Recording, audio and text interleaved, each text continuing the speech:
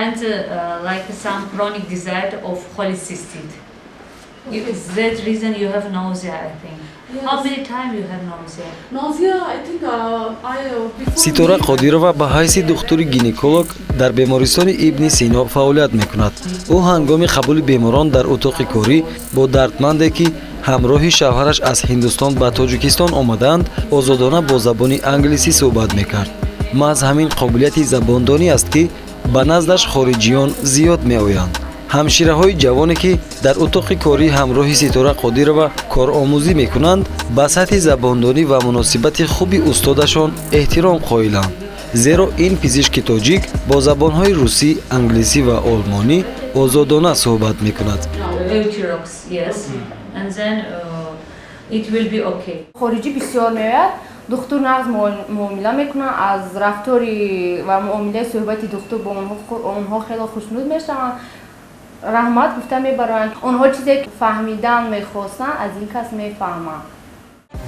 духтур ситора қодирова забономӯзиро аз соли 1997 вақте ки дар мактаби миёна таҳсил мекард шурӯъ намуд. чун вай донандаи хуби забонҳои хориҷист, мехост мутахассиси касбу кори дигар соҳа бошад, вале падар ба ӯ ин тавсияро дод. بعد وقت خواستم گفتم که بیاید من میشوم یا روزنامه‌نگار یا که دیپلمات میشوم با زبان دنیام. لیکن پدرم گفتن که نه تو اگر دکتر شوی با زبان ها رو دانی خیلی بهتر است. زبان یک واسطه است. زبان نمیتواند که تخصصی تو باشد. به همین خاطر وقتی که بعد مکتب تمام کردم دانشگاه و داخل شدم بعد دکتر شدم. ном бурда баъди хатми мактаби миёна ба донишгоҳи давлатии тиббии тоҷикистон ба номи абуалӣ ибни сино дохил шуд. забондонӣ ба ӯ имкон фароҳам овард ки таҳсилро дар муассисаи таълимии олӣ мувофиқ ба мақсад идома бидиҳад. اون وقت زبانی توجیکی مکتب رو تمام کردم و گروه روسی داخل شدم به خاطر که کتاب‌ها همش با زبان روسی بودن. لیکن وابسته به این من از درس زبان انگلیسی آزاد کرده بودم به خاطر که انگلیسی خیلی همون وقت خوب بود. اساساً برای هندوها ترجمه میکردم. همون وقت الکی به من یک کمک بود که موضوعها رو با دانشجویان خارجی ترجمه میکردم از روسی به انگلیسی و از روسی به انگلیسی به روسی. بعد از اون که اختصاص گرفتم فرصت کم بود که زبان آموزم. دیگر زبانم نمی‌آمد لیکن یگان خارجی رو میدم حتما کوشش میکردم انگلیسی صحبت کنم. بعد یک چند کورس‌های زبان آموزی هم خوانده بودم. بعد به هندوستان سفر کردم. من از دانستن زبان بود که به من راحت دادن از دانشگاه و بعد از آن سفارت از امتحان گذشتم و سفر کردم. مثلا 3 ماه در این وقت بغیر از آن که تلمدیسین آموختم یعنی اما تجهیزات طبی و چه استفاده برده آن خواندم باز زبانم هم خیلی سیقل دادم. یعنی مثلا وقتی تو در محیط زبانی خارجی میشوی این خیلی به تو کمک میکند که زبانت بهتر شود. خانم سورا ما از دوره دانشجویی میشناسیم چون تقریبا ما یک کورسی با پایان بالا دانش آموختیم. از دوره دانشجویی الکی معلوم بود که خودی ستاره بانو بسیار شخصی سرحرکت و یکی از فعالان دانشگاه حساب میافت در همه روند تعلیم در همه چاره‌بینی‌های فرهنگی فعالانه شرکت میکردن و من فکر میکنم که محض نتیجه همون جد و جهد و تلاش و کوشش و غیرت ستاره بود که امروز به حیث یک پزشک موفق در جاده خود در جاده تخصصی خود قرار دارد. парвона обидова коромӯз ва шогирди ситора қодирова мебошад. номбурда мегӯяд устодаш ӯро доим ба тақвияти фаъолият, баланд бардоштани сатҳи забономӯзӣ ва савияи дониш ҳидоят мекунад. در زندگی من از دکترم سیتора قادرова پیش از همه انسانیت را آموختم، کار را آموختم، زندگی را. من کار مامادایگی تمام کردم. وقتی که من آوردن نزد این کس موندن من همون کسب خودم دوام دادم. من کسب خودم دوست می داشتم. دکتر به من همچون گینکولوگ همچون مادر اپا به من رفتار کرده کسبم دوام دادم. тандурустӣ соҳаи муҳими ҷомеа буда аз ҳисоби ҷавонон тарбияву омода кардани мутахассисони варзидаро тақозо мекунад, то онҳо сиҳатии оммаро ки боигарии давлат аст, ҳифзу нигаҳдорӣ карда тавонанд. хушбахтона имрӯз сафи мутахассисони ҷавон ба монанди Ситора Қодирова зиёд гардида, содиқона хизмати мардум ва талоши расидан ба комёбиҳоро доранд. ба фикри ман табиб будан ва тасмим гирифтан ки табиб шудан ин як қаҳрамонист ки на ҳама занҳо метавонанд табиби хуб шаванд, аслан тасмим гиранд ҳангоми кору фаъолият, ҳангоми хондан, кор кардан бояд бисёр аз дигар қисми ҳаёт, мисол аз баҳраш барои бисёртар барои кор, фаъолият, мисол пайваста навбадорӣ кардан, пайваста кор омӯхтан, омӯзиш кардан. تو تخصص رو میگیری باید با روی اون تخصصت کار کنی. با همین خاطر آن زنهایی که مثلا طبیب میشوند، زنهایی که تخصصی جراحی میگیرن، خیلی زنهای شجاعن، خیلی قهرمانن، خیلی زنهای نوترسن. با غیر از آن زن باید که پسیخولوژی خوب هم باشد و روانشناس باشد. به خاطر که وقتی زنها میبینن بسیار افسردن، نه تنها از با بیماریشون، هم از زندگیشون افسردن. بسیار زنها وقتی بیمار میشن بیماریشون پیوسته چند عضوهاشون درد میکند. باید تو روانشناس باشی، وقتی بیمار با او صحبت میکنه او آرام شود. برای گوش کردن لازم، صبور بودن لازم است، یعنی همدردی کردن، همدردی گفتن و آرام فهموندن. بعضی حالت‌ها هست که بیماری هستن که فرض کنیم بیماری سرطان دارن، زنها خیلی احساسی هم نسبت این یا که ندارن سرطان فکر میکنن که بیمارن. پس به همین حالت ها با همین خیلی کمک کنی که زن بهتر وقتی که با او راحت‌تر شود، آرام‌تر شود.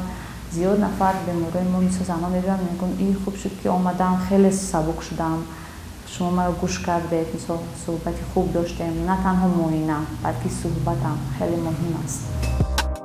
بعد از پیدایش و خروج بیماری سیروتیک کرونا نوعی کووید 19 در مقیاس عالم، تهلکه، وهم و واهمه و ترس در وجود اکثر انسان‌ها از هر وقت دیگر دیده بیشتر گردید.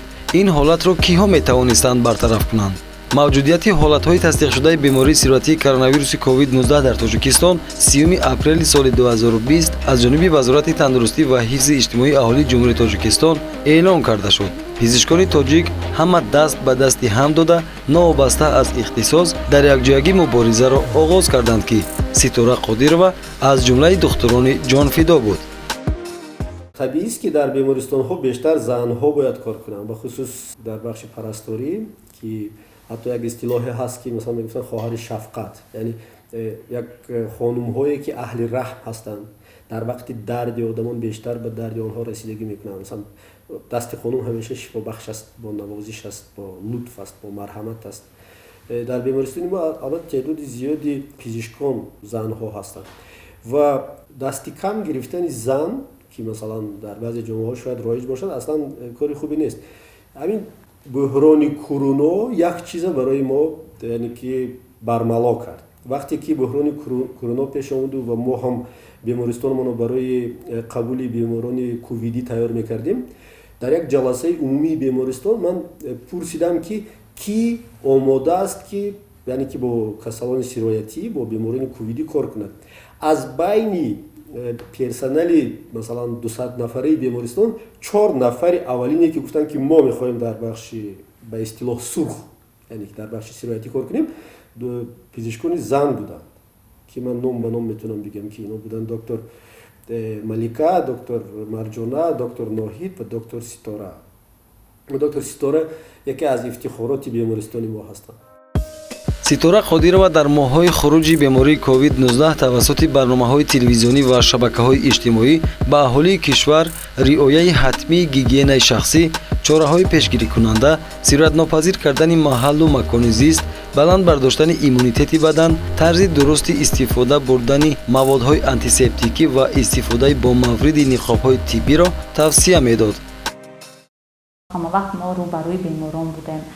با ما خصوصا من خودم در شبکه‌های اجتماعی در صحیفه‌ام و در دیگر شبکه‌ها شروع کردم آنلاین مشورت دادن، اساساً برای باز بیماران زنای حامله که خیلی ترس داشتن از کرونا ویروس میترسیدن. اون زمان بسیار مطالعاتی که از خطای شروع شد و اروپا کردن، مطالعه رو انگلیسی میخوندم، ترجمه میکردم، کوتاه میکردم، تاجیکی مینوشتم تا اینکه مردم نترسن، زنهای حامله هم نترسن، تا اینکه زنها حامله های هم اونها وهم نگیرن، اونها هم میتونن که با شکل ساده گذارن مثل بیماری کووید رو مثل بیماری زکام گذارن. فرض کنیم این خیلی کمک میکرد. چند نفرها بودن که از دیگر بیمارستان می اومدن خصوصا برای مشورت که زنی حامله با کووید گرفتار شد مشورت میدادیم، با همکاری با دیگر دکترها میکردیم، دیگر بیمارستان ها زنگ میزدن میپرسیدن همین بیمار حامله است، ما چی توصیه انتخابی همون داروهایی که در طفل داخلی بطنی ضرر نکند انتخاب کردنش. در برابر این با بیمارستان در با بیماری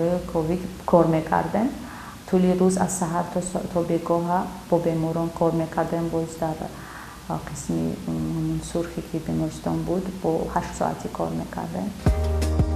омӯхтани маълумоти иловагии соҳавӣ ва пайваста такмил додани маҳорати кории худро Ситора Қодирова яке аз масъулиятҳои вазифавияш мешуморад. пайваста дар ҳаракат будан, ташкилотчии намунавӣ будан ва ҷаҳду талош кардан барои беҳтар гардонидани хизматрасонӣ ба беморонро ҳамкорон дар ҳар рӯзи кории ӯ бар аъло мушоҳида мекунанд. дар иҷрои масъулияти корӣ бартарии хеле зиёд доранд, чун дорабонӣ на танҳо дар худи Тоҷикистон донишгоҳро сайқал доранд, дар берун аз кишвар низ рафтанд. ин низ яке аз бартарият нисбат ба дигар табибон дар он аст ки ҷаҳд кардан, кӯшиш кардан, омӯхтан, забон омӯхтан ва ҳамин водор сохт ки раванд дар кишварҳои пешрафта таҷриба омӯзанд ва дониши худро сайқал диҳанд. кор бо занҳо хеле осонтар аст. занҳо хеле боинтизоманд, корашонро бо назокат анҷом медиҳанд ва барои роҳбарам шояд гуворотар бошад. вақте бо як хонум кор мекунӣ, вақте лутфу марҳамат аз тарафи хонум мебинӣ ё ин лутфу марҳаматро ба як хонум анҷом медиҳӣ, албатта гуворотар аст. бахши занони мо ки доктор Ситора дар он ҷо ҳам роҳбар ҳастанд ва ҳам пизишки муолиҷ ҳастанд, бахшест ки камбудӣ аз дигар бахшҳои мо надорад. яъне ҳамун таҷҳизоти навинро бо сафар ба кишварҳои дигар, ба олмон, ба кишварҳои аврупоӣ, ба эрон, истифодаи таҷҳизоти навин, роҳандозии табобату дармони технологияи навин ки масалан камзахму зудамалу зудмураххасшаву камдарду камхарч ҳатто баъзан ҳаст, худашон роҳ андохтанд. занону бонувони мо ҳамчун табибу ҳамшираи шафқат барои саломатии аҳли ҷомеа заҳмат кашида беморонро шифо мебахшанд ва як қисми онҳо ба корҳои илмиву тадқиқотӣ машғул шуда дар рушди илми тиб ҳиссаи худро гузошта истоданд. Ситора Қодирова, духтури бемориҳои занонаи бемористони Ибни Сино мегӯяд, занон дар таълиму тарбияи фарзандон бояд масъулиятшинос бошанд. فرزند وقتی که تعهد می شود بزرگتر می شود، خصوصا از 3 ماهگی با 1 سال فقط به مادر نگاه می کند. تکیه‌گاهی اون فرزند مادر است. اگر همون مادر با سواد باشد، یک با هوش باشد، با عقل باشد، الکی تربیه اون فرزند از داخل بطن شروع می شود. بعد در همه خاندان اولین قدم های اون فرزند، وقتی فرزند می بیند که مادرش کتاب می خواند، باید کتاب می خواند. وقتی که می‌بیند که مادرش با دیگر زبان‌ها صحبت می‌کنه و هم صحبت می‌کنه، مثلا بازی فرزند ما به مغازه بریم میگه مادر بیا کتاب خریم. مثلا علاقه ایدئولوژیش هست، کتابای خودش هست علاقه. خیلی کوشش می‌کنه علاقه انگلیسی صحبت می‌کنه، مثلا خیلی کوشش می‌کنه که آموزونی. مثلا هر روز روی این کار کردنم. ما هم وقت می‌دیم که مادرم میخونن، مادرم یک چی می‌نویسن، پدرم هم زیاد کتاب میخونن، حالا هم کتاب میخونن، از همون کس آموختیم در اویلا. ما همون یعنی با سواد بودن زن خیلی مهم است در اویلا. زن‌هایی که زیادتر روی خود کار میکنن، آنها مستقل‌ترن، آنها سالم‌ترن، آنها برای زندگی خود را در دست گرفتن. دعوت ما هم دموکراسی است، نوابسته به اون که ما عادت‌های و عنعنه‌ها داریم، لیکن زن اصل بسیار زن باید آزاد باشه، فکرش رو آزاد باید زن باید انتخاب کند. дар ин замина бонувони табибро зарур аст ки нозукиҳои соҳаро боз ҳам беҳтар аз худ намоянд, барои солимии ҷомеа бештар кӯшиш кунанд ва ба сокинони мамлакат содиқона бо дониши баланди касбӣ ва муоширати хуб хизмат расонанд. зеро барои давлат миллати солим дар кор аст ва саломатии мардум боигарии давлат мебошад.